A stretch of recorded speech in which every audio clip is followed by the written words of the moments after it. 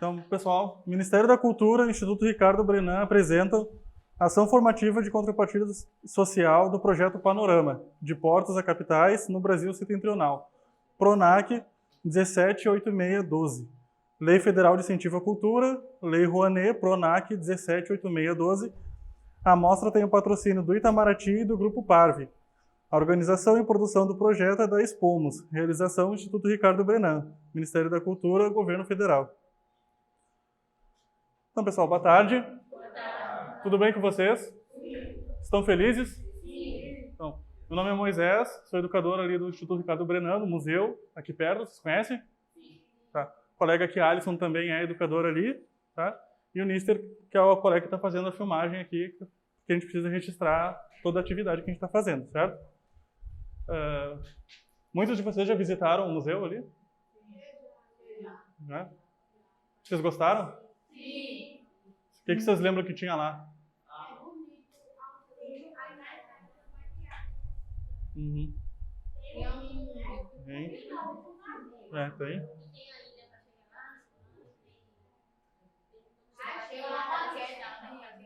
De lá tem maquete, tem espada.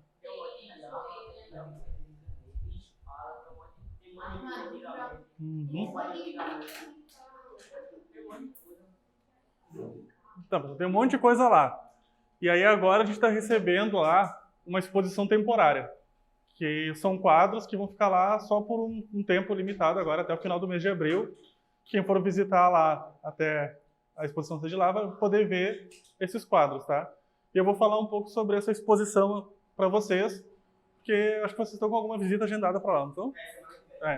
Então vocês vão lá e vocês vão poder ver esses quadros que eu vou falar aqui. Só que eu não vou falar tanto dos quadros em si, vou falar um pouco mais sobre o assunto que eles estão representando ali, para quando vocês chegarem lá e verem os quadros, vocês entenderem melhor do que se trata, né? Aquelas pinturas que estão lá. Então, pode passar no próximo slide.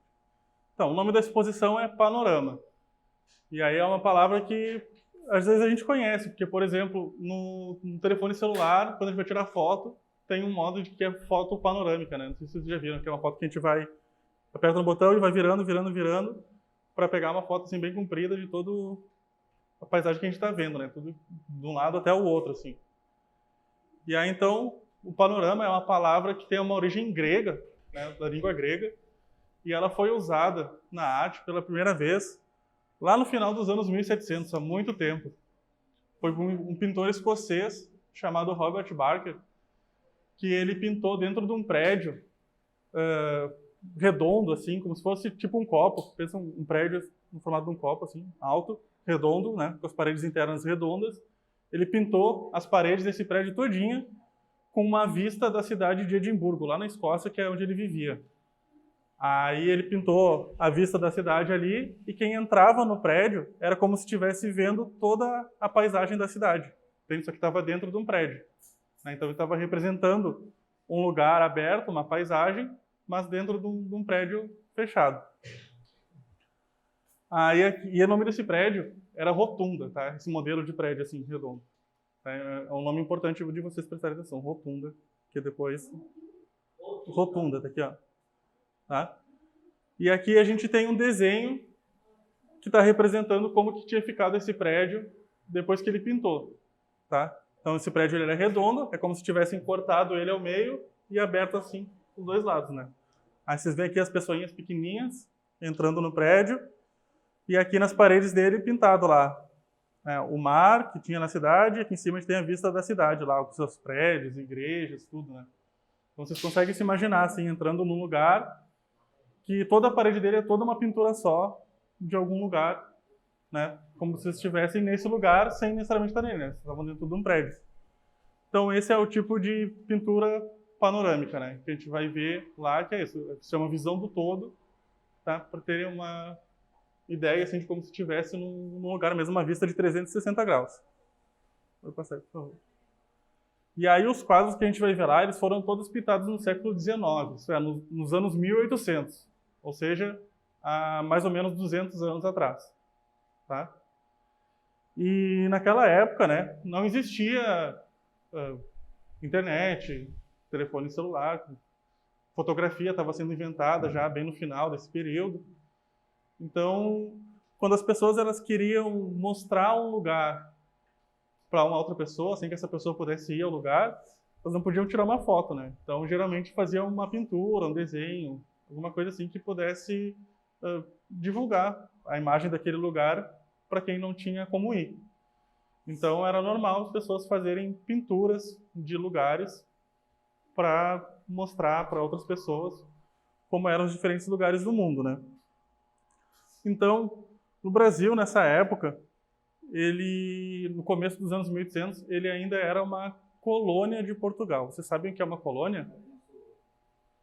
Quem foi que falou? Eu gostei do comentário. Você? Cadê nosso ouro? Exatamente. Por quê? Porque lá, desde 1500 até ali o início dos anos 1800, ou seja, mais de 300 anos, portugueses estavam aqui explorando nossas riquezas, né? Inicialmente era o pau-brasil, que era uma madeira que produzia uma tintura avermelhada, que era usada para tingir tecidos, principalmente, né? Depois começaram a plantar cana-de-açúcar, principalmente aqui na região Nordeste, né? Tinha muitos engenhos que plantavam cana-de-açúcar, da onde se fazia açúcar e cachaça, principalmente, que eram vendidos lá para os países da Europa, né? E depois se descobriu lá na região do que hoje é o estado de Minas Gerais, que tinha muitas minas de ouro, principalmente.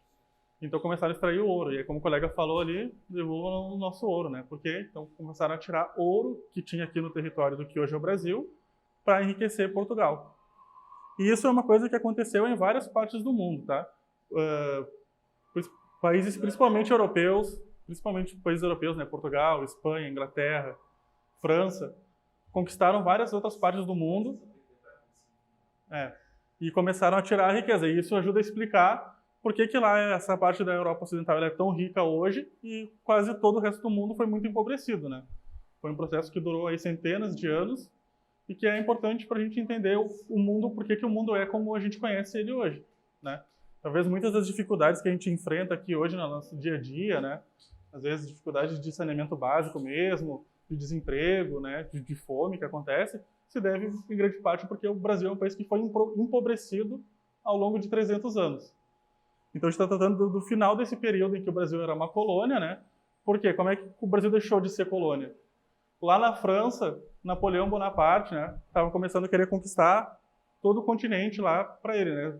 Dominar todos os reinos que tinham lá pela Europa. Com medo de ser dominado, então a família real portuguesa fugiu para o Brasil, que era a colônia, né? Veio para cá com a sua corte, com alguns nobres, do Rio de Janeiro, exatamente. Primeiro eles desceram na Bahia, como representa aqui, né? Que ficava mais perto, fizeram uma paradinha ali. Aí tem essa pintura aqui representando, né? A chegada da família real em Salvador, que era a capital. Nessa época já não era mais, né? Mas foi a primeira capital da colônia, né? Do que era que viria a ser o Brasil, embora ainda não pudesse chamar de Brasil, né? Isso. E aí, a primeira coisa que acontece quando a família real chega aqui era que, como o Brasil era uma colônia de Portugal, somente comerciantes portugueses podiam negociar os produtos que eram produzidos aqui no Brasil, né? Então, Portugal ficava com toda essa riqueza. Ele podia vender para outros países e tal, mas o lucro mesmo, que cobrava impostos sobre esse material todo, eram portugueses. Quando a família real vem para cá, a marinha inglesa faz a escolta deles, garante a segurança deles para que os navios franceses, por exemplo, não prendessem a família real, né? Então, a família real portuguesa ela fica com essa dívida, principalmente com a coroa inglesa, né? Com a rainha da Inglaterra, o rei e a rainha da Inglaterra. Então fazem o que chamam de abertura dos portos, as nações amigas. Sim.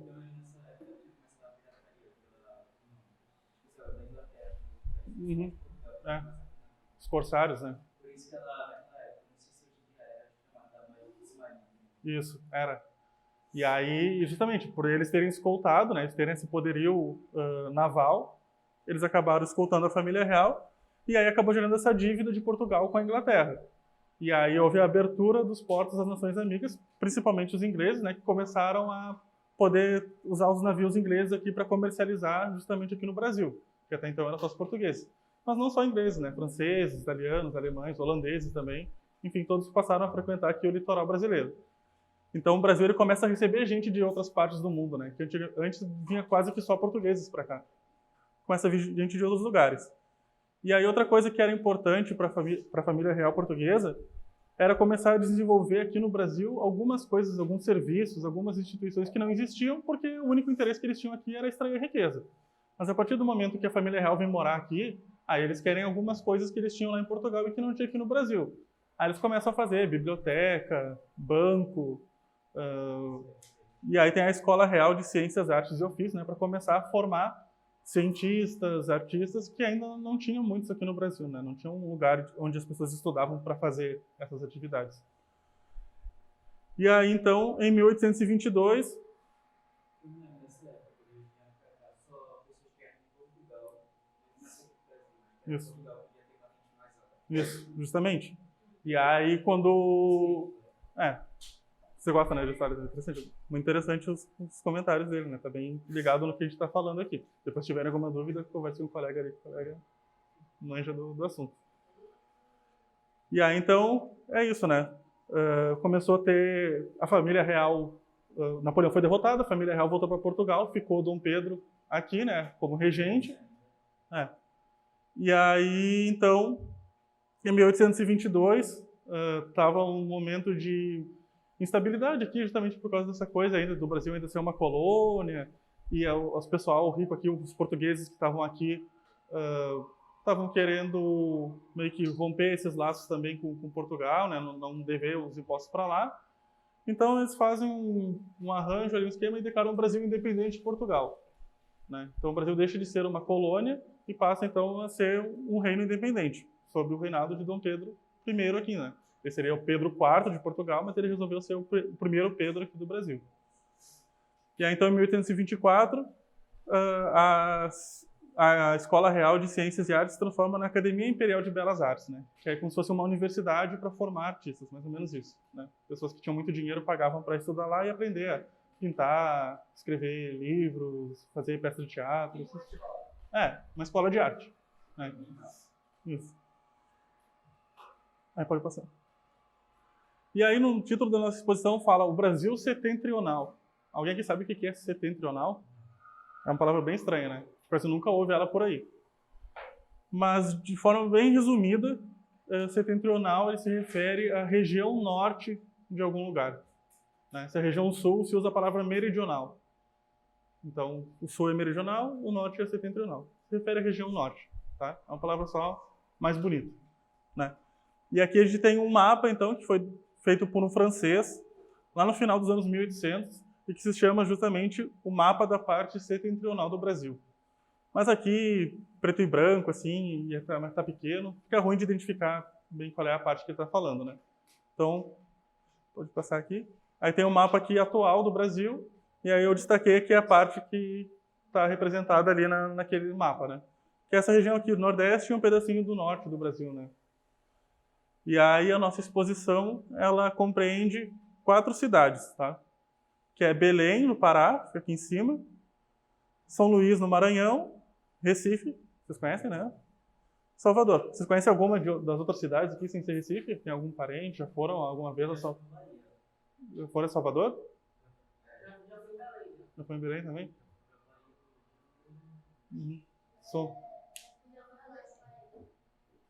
Mas a Paraíba não tá aqui, né? Belém do Pará, São Luís no Maranhão, Recife aqui em Pernambuco e Salvador na Bahia. Não foi? Qual? Eu também. Tu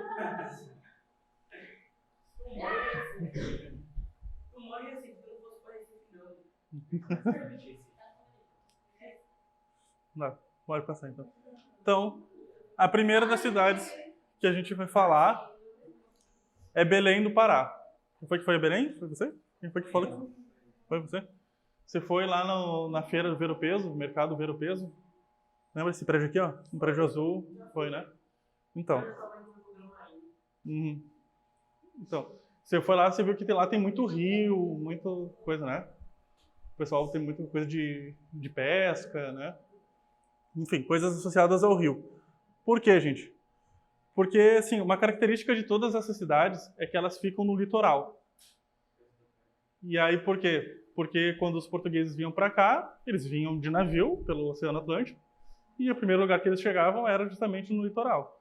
E se a intenção deles era produzir riqueza que ia ser levada de volta lá para Portugal, iam trazer também pessoas escravizadas para trabalhar aqui, tudo isso acontecia no litoral, nos portos, né? Então, Belém, como as outras cidades que a gente vai ver, é uma cidade litorânea. E ela tem muitos rios. E ela tinha também muitas regiões alagadas, assim, tipo pântanos. Então, tinha uma necessidade de controlar essas águas, né, para poder crescer a cidade. Principalmente depois da vinda da família real, começou a se desenvolver mais as cidades aqui no Brasil, né, depois da independência. E os governantes lá do Pará, eles tinham necessidade principalmente de resolver um problema lá que tinha um alagado do Piri, que chamava. A cidade ela era dividida em duas partes. A parte mais litorânea era chamada de cidade e a parte mais do interior era chamada de campina. Elas eram quase que totalmente divididas por esse alagado do Piri, que era um lago bem grande. Mas era mais um lago assim porque a água ela não estava correndo de fato, ela ficava parada. Era tipo um pântano. E aí isso impedia a cidade de crescer por aquela parte ali que era alagada. Então, eles tinham que secar, vieram com a ideia de secar esse alagado para construir a cidade por cima dele e juntar as duas partes, a da cidade no litoral e a da campina. Então começaram a cavar valas para escorrer essa água e secar. E hoje, se vocês forem a Belém, vocês vão ver que não tem mais esse alagado lá. Esqueceu a cidade, fez rua, casas, tudo por cima de onde ficava esse alagado. E aí, como tinha essa questão que eu falei da exportação de produtos, né, produzidos aqui no Brasil, se teve a necessidade de fazer um lugar onde era pesado. Por exemplo, o açúcar que era produzido era pesado, para saber a quantidade de açúcar que ia ser exportada e cobrar imposto para isso, para a coroa portuguesa. Isso. E aí se fez lá essa casa de pesagem, que ficou popularmente conhecido como ver o peso. Tá? Ela ficava lá no litoral, perto do porto, e ela, conforme foi crescendo a demanda, foi crescendo a cidade, foi se produzindo cada vez mais coisa, ela foi mudando de lugar e construindo cada vez um prédio maior para poder dar conta do trabalho que era necessário fazer nela. E aí, atualmente, tem esse prédio aqui, que ele faz parte do complexo Ver o Peso, que é a maior feira livre da América Latina, né? Então, o colega que já esteve lá, é o principal ponto turístico da cidade de Belém, né? Todo mundo que vai a Belém vai passear em algum lugar, as pessoas falam, vai no Ver o Peso, porque é isso, tu encontra de tudo lá vendendo, né? E tá aqui, ele existe ainda hoje. Aqui tem isso aqui é uma fotografia, né? Do litoral de Belém do Pará, que vocês vão ver lá na exposição, tá? Isso aqui faz parte de um álbum de fotografias. E essa aqui é uma fotografia, ela é em 3 partes, ela é até maior que isso. Mas eu peguei só essa parte aqui do meio porque é onde tem uma coisa mais diferente, essa igreja aqui bem grande. Não sei se não é a mesma igreja que está aqui ainda. Na verdade, assim, foram feitas várias delas porque era tipo um álbum de fotografias, entende? Então, assim, não é a única, né? E aí, aqui, então, uma imagem atual do mercado Ver o Peso, que é isso, né? O principal ponto turístico lá de Belém, e é isso aí. É um negócio que foi fundado. Eu não sei, mas eu acho que pode não ser, na verdade. Porque era isso, a cidade começava ali pelo litoral, então ela tinha um porto, ia ter uma alfândega onde se cobrava imposto, e tinha uma igreja, porque o pessoal era muito católico também, né? Então tinha as coisas que era comum de encontrar nos litorais dessas cidades, né? Que era por onde se chegava, né? Não tinha avião, todo mundo via o litoral primeiro, né? Pode passar. Aí São Luís, no Maranhão, aí ela tem uma particularidade, que é assim, ó. Como o Brasil era a colônia de Portugal, os Estados Unidos eram uma colônia da Inglaterra. E na Inglaterra, lá no final dos anos 1700, começou a se construir as primeiras fábricas de tecido. E para fabricarem esses tecidos, eles precisavam de algodão, né, que é a matéria-prima para fazer tecido.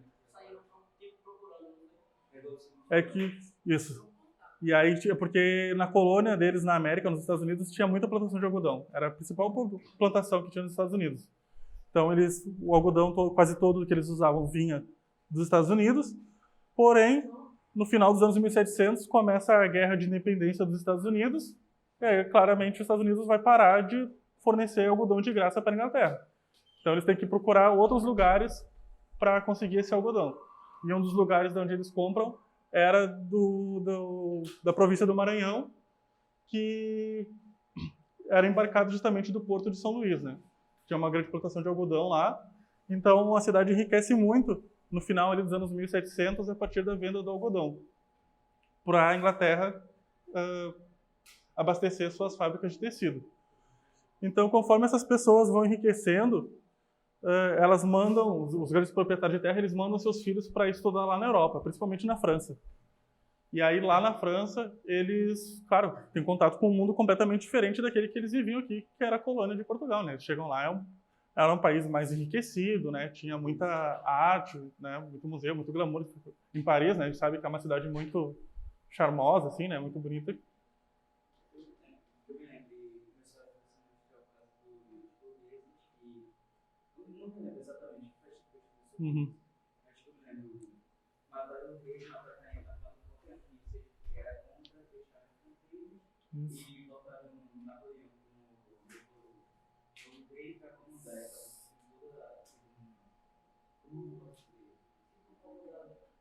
Sim. Não, ele começou a ficar na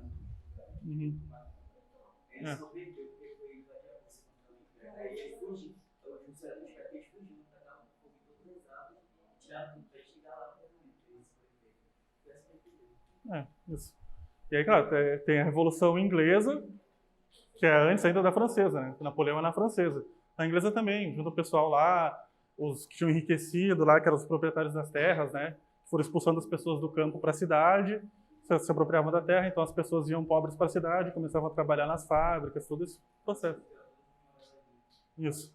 E aí trabalhavam 12, 14, 18 horas por dia nas fábricas, né? E crianças e mulheres também.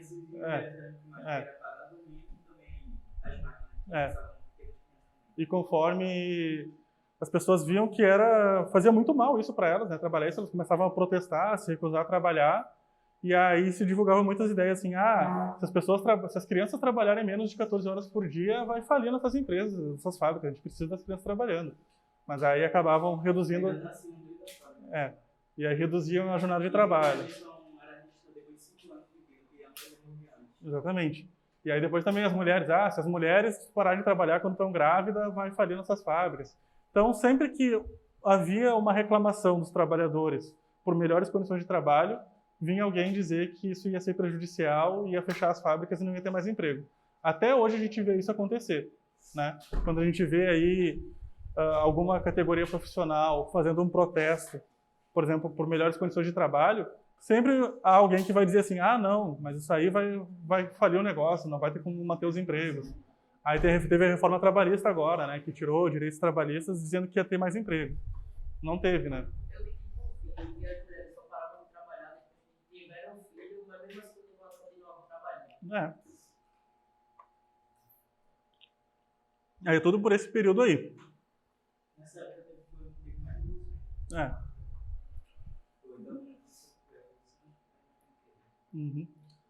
E aí, voltando aqui para o nosso assunto, então, esses filhos de proprietários de plantação de algodão, principalmente, que iam para a Europa, voltavam para cá querendo fazer que São Luís, no caso, fosse o mais parecido possível com as cidades que eles viam na Europa, lá, principalmente Paris.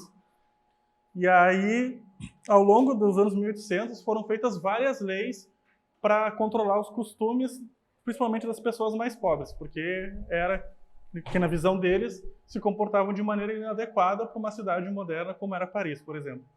E aí uma das leis essas proibia a construção de novas casas de palha na cidade de São Luís. Por quê? Era uma cidade que tinha grandes casarões, às vezes de mais de um andar, onde moravam essas pessoas ricas, e elas não gostavam de, por exemplo, acordar de manhã, abrir a janela e ver umas casinhas de palha, que eles achavam que aquilo era feio, e eles não queriam que tivesse mais aquilo na cidade. Então fizeram uma lei que proibia construir novas casas de palha e aí ainda podia também consertar as casas de palha com mais palha. Tinha que transformar elas em casas de pedra ou de madeira que fosse mais agradável. E aqui nesse quadro que a gente vai ver lá na exposição tem aqui justamente uma dessas casinhas de palha, né? Vocês vão lá e vocês vão ver, e lá no fundo está a cidade lá com seus prédios maiores e mais bonitos, né? E aí eram várias leis assim que acabavam prejudicando principalmente a população mais pobre. Por exemplo, proibiram também que circulassem nas ruas animais, né, cavalos, principalmente bois, doentes, muito magros e coisas assim.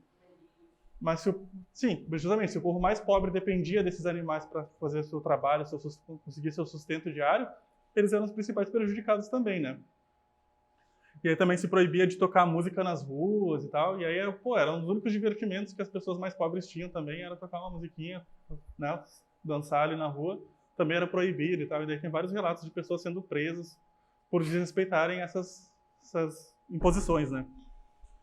E aí uma outra coisa que fazia parte desse processo de modernização da cidade era a construção de um teatro. Aí em 1815 eles começam a construir um teatro que é inaugurado em 1817, que é o Teatro União. Depois ele mudou de nome para Teatro São Luís e atualmente o nome dele é Arthur Azevedo, em homenagem a um escritor de peças de teatro lá de São Luís. Tá? E aí no Teatro União, principalmente, eles recebiam muitos espetáculos estrangeiros, principalmente italianos, de ópera, orquestra, essas coisas e tal, que até então não tinha na época. Começa a fazer parte lá da vida na cidade de São Luís. Aí aqui também tem uma vista da cidade de São Luís atualmente, para vocês verem que é muito diferente, né? Em 200 anos, 150, 200 anos, muda muito a paisagem, né? Pode passar. Aí a cidade de Recife, né? Aí, todos nós conhecemos, né? E aí ela recebe esse nome justamente por causa dos arrecifes, né? Que são aquelas pedras que tem lá no mar, lá na beira da praia, lá, e que fazia dessa região aqui um lugar ideal para construir um porto, para estabelecer um porto, né? Porque os navios eles ficariam protegidos das ondas mais fortes e tal, por causa dessas pedras e tal, né? E aí a cidade ela foi fundada inicialmente como sendo o porto de Olinda, né? Olinda era a capital daqui da capitania e o Recife era o porto de Olinda. E aí uma coisa que, né, um elemento que chamava muita atenção era os rios da cidade, principalmente o Capibaribe e o Beberibe, né? São os dois maiores rios aqui da cidade. Desde o início desse processo de colonização, quando começaram a plantar cana-de-açúcar, os rios eles eram muito importantes porque eles eram o caminho por onde esse açúcar, a cachaça, enfim, o que fosse produzido, era levado até o litoral para embarcar nos navios e ser exportado. Então, é isso, né? A gente pode pensar que os rios, eles eram muito importantes naquela época, porque eles eram, digamos, as estradas por onde se levavam essas mercadorias, e hoje em dia eles não servem mais de estrada, ao contrário, a gente passa as estradas por cima deles com as pontes, né? Tanto que tem várias pontes aqui. E aí um tipo de navegação que era muito feito aqui na região Nordeste, e que conhece essa? Isso. Que era uma navegação feita em trechos curtos. Por exemplo, saía lá do Porto de Natal, no Rio Grande do Norte, parava na Paraíba, depois parava em Recife, ia descendo, entendeu? Fazia trechos curtos, onde iam trocando as mercadorias, né? Levando de um lugar para o outro o que não tinha e pegando para ir vender em outros lugares. Iam descendo por toda a costa do Brasil, assim, parando de porto em porto, sem se afastar muito. Então era um tipo de navegação mais seguro também, porque não ia para alto mar, né? Não ia para distante da terra. Eles iam mais na beirada, por aí? Claro que não bem na beirada, porque, né, sim, mas é isso, não se afastavam muito lá para o meio do oceano, né? E eram trechos curtos, então, em poucos dias, não chegavam num porto no outro, né? Porque as viagens geralmente demoravam meses, 2, 3 meses, né? As viagens que atravessavam o oceano. E aí quem mais trabalhava nos portos eram as pessoas justamente escravizadas, como o colega falou, e os livres também, que chamavam de cor, né? Que eram filhos de escravizados, né? Não eram necessariamente pessoas que foram trazidas da África, mas já tinham nascido aqui, né? E aí a gente sabe que nesse início dos anos 1800 teve dois grandes movimentos aqui, que é a Revolução de 1817, né? A Revolução Pernambucana, que fez Pernambuco ficar independente do Brasil, tudo aquilo que é comemorado aqui bastante, né? E a Confederação do Equador. Também que era isso, era uma revolta contra o governo central lá do Rio de Janeiro, porque com a família real lá e estabelecimento da corte, eles começaram a precisar de mais dinheiro para sustentar tudo aquilo lá. Então eles aumentaram muito os impostos aqui, por isso que teve várias revoltas por todo o Brasil nessa época. Uhum. Sim. Mas aí tem uma outra revolta que foi chamada de Pedrosada. Você conhece? Já ouviu falar? Pois é, porque ela não é muito comentada. Vou falar um pouquinho dela para vocês. Porque essa Revolução de 17, a Confederação do Equador, eram umas coisas assim que defendiam umas ideias de república, que era muito influenciado pelo que as pessoas sabiam que tinha acontecido na França lá, depois da Revolução Francesa, tudo aquilo. Mas a Pedrosada aqui, ela se inspira num outro evento, que tinha uma ilha na América Central chamada São Domingos. Foi uma colônia francesa. E teve um momento lá em que, sei lá, 90% da população eram de pessoas escravizadas e 10% só de pessoas livres. E aí as pessoas, pô, a gente está aqui sendo escravizado por essa meia dúzia de pessoas aqui, vamos botar eles para correr aqui e vamos tomar conta, a gente é a maioria.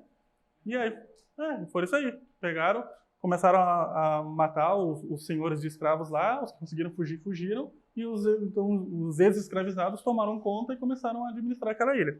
Hoje é o país Haiti, que a gente conhece, né? É um país que sofre muito por causa disso também, né?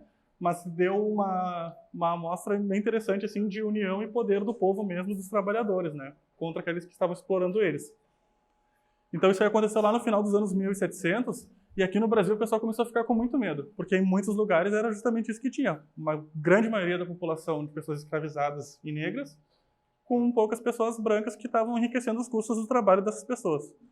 Então, o Pedro da Silva Pedrosa, ele era um militar e ele era um homem negro. E ele conheceu o que aconteceu no Haiti, né, em São Domingos, e começou a querer fazer alguma coisa parecida aqui no Brasil também.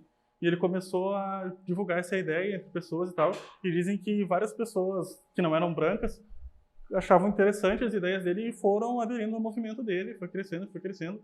Inclusive o Frei Caneca, né, que é um personagem importante desse período histórico ali também, não gostava dele, achava que era uma gentalha, um pessoal que fazia arruaça e coisa, mas era isso aí, era gente das camadas mais populares mesmo que estavam se juntando.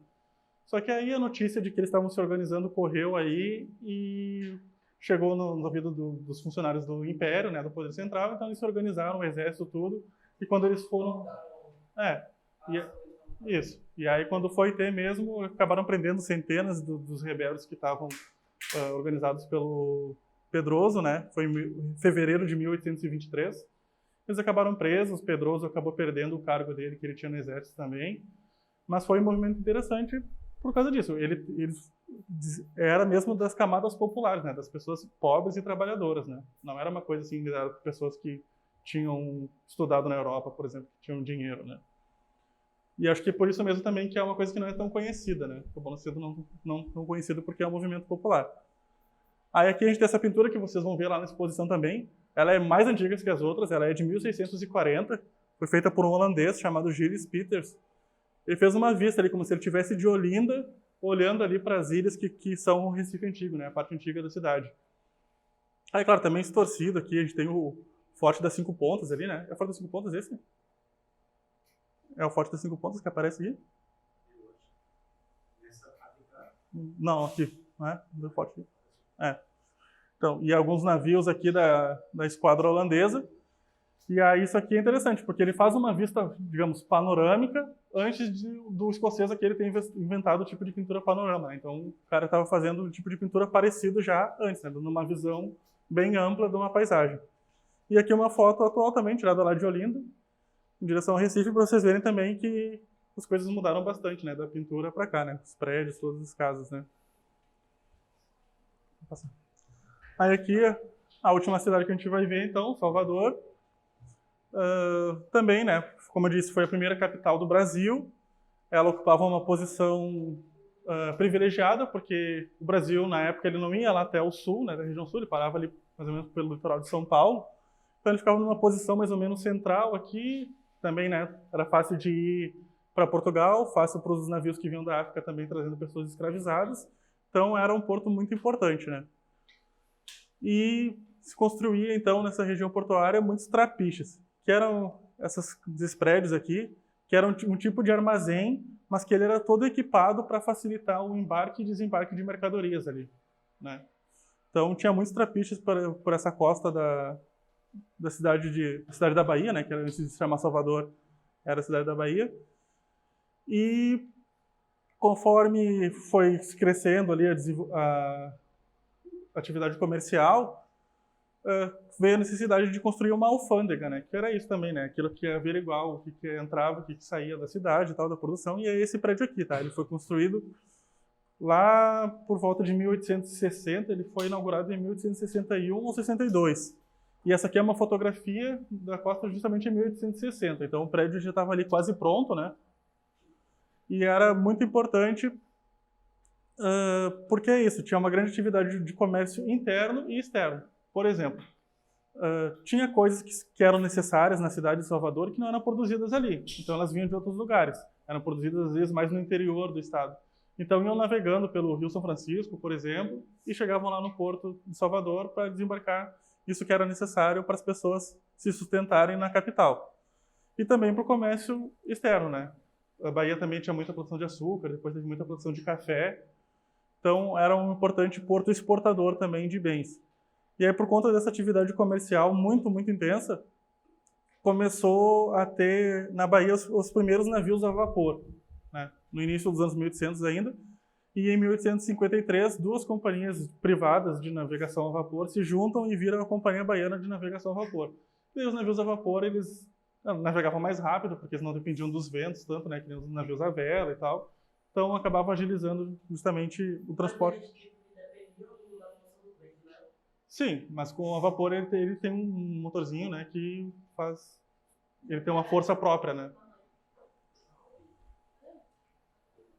E aí, então, tá aqui o prédio que era a alfândega, hoje é o Mercado Modelo, tá? É outro lugar importante, quem foi a Salvador.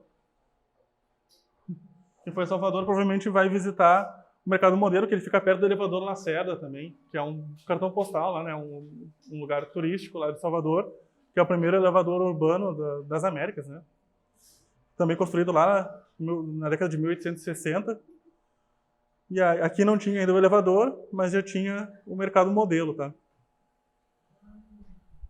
Então acho que encerro agora, né? Então aqui os textos que eu li, tá?